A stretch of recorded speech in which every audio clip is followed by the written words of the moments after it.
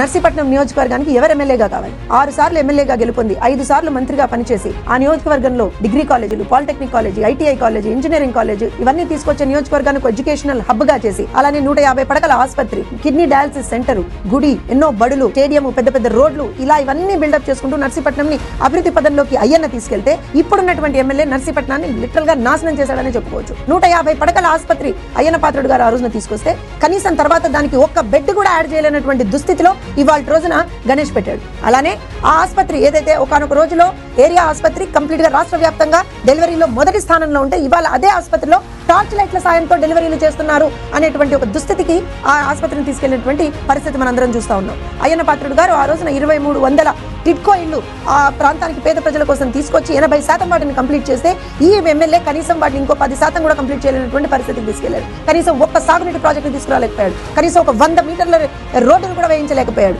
కనీసం ఎక్కడ చూసినా సరే వినాశనం, విధ్వంసం తప్పించి ఏం కనిపించినటువంటి పరిస్థితి. ఈ 5 సంవత్సరాల్లో ఈ ఎమ్మెల్యే చేసిందల్లా ఏంటయ్యానంటే కబ్జాలు, అవినీతి, ఎక్కడికక్కడ వినాశనం, విధ్వంసం తప్పించి ఏమీ లేదు. అందుకనే ఆ నియోజకవర్గ ప్రజలు ఒకసారి ఆలోచించాల్సినటువంటి అవసరం ఉంది. అభివృద్ధికి బ్రాండ్ అంబాసిడర్ గా ఉన్నటువంటి అయ్యన్న కావాలా, లేకపోతే కబ్జాలకి, అవినీతికి కేర్ ఆఫ్ అడ్రస్ గా ఉన్నటువంటి గణేష్ కావాలా అనేటువంటిది నిర్ణయించుకోవాల్సినటువంటి అవసరం ఉంది.